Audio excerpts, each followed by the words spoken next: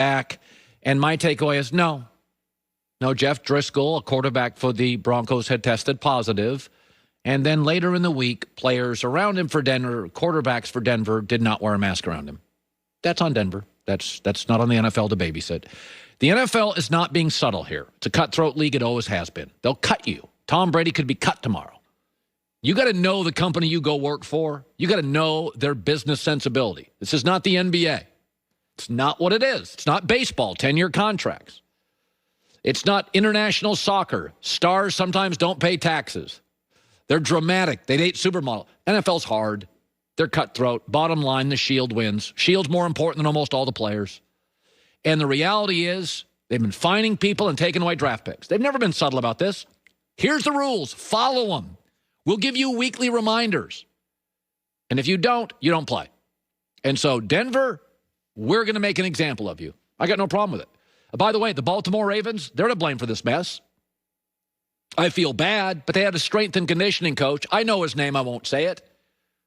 Who was a non-masker. Spread it throughout the team. Who pays the price? The Steelers, who didn't get a game check. Follow the rules. The well-run organizations in this league. Kansas City, Pittsburgh, Rams, Seattle, Green Bay. They're not having outbreaks. Be well-run. Be responsible.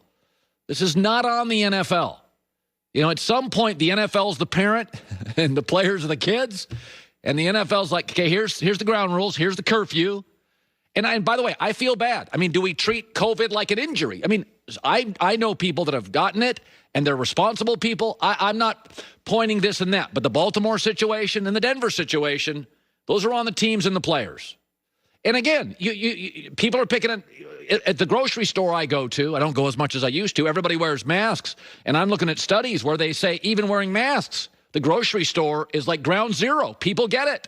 So I'm not saying just irresponsible people get COVID. We're flying on planes. You hope you don't get it. But these two situations, teams have to own up to it. The NFL's not been subtle. They have not been the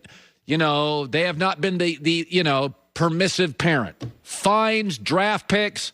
You know, the Saints got caught in their locker room after the game, having a party, videotaping it, not wearing masks. Got fined. It's on you. The league told you they didn't want it. Got to follow directions. All right, so I don't talk boxing much on this show, but I watched the Mike Tyson, Roy Jones Jr. fight. Yeah, I did. It was $50, whatever. I watched it also. Yeah, I mean, whatever. So I don't care if you agree with this or not, but Mike Tyson's 54. Prove me wrong. I think he could, if given the opportunity, be heavyweight champ of the world still. I saw George Foreman do it. He was in worse shape than Tyson.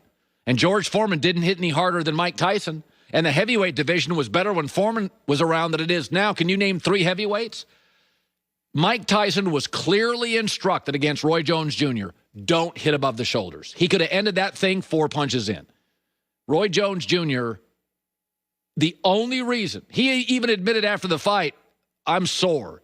He was exhausted. Mike Tyson was told, don't go too high. So Tyson basically worked the body. Tyson could have ended this thing anytime he wanted to.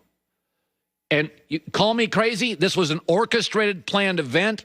It was in Los Angeles. They weren't going to allow knockdowns, whatever that means.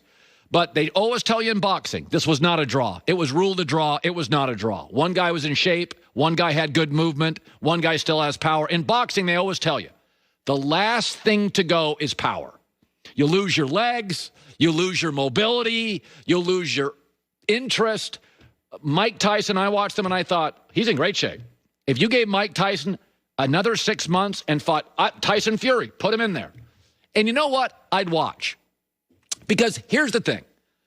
It's not the NHL or baseball or the NBA and the NFL. You got standings. When it comes to boxing, it's an event. And Mike Tyson, I like his events.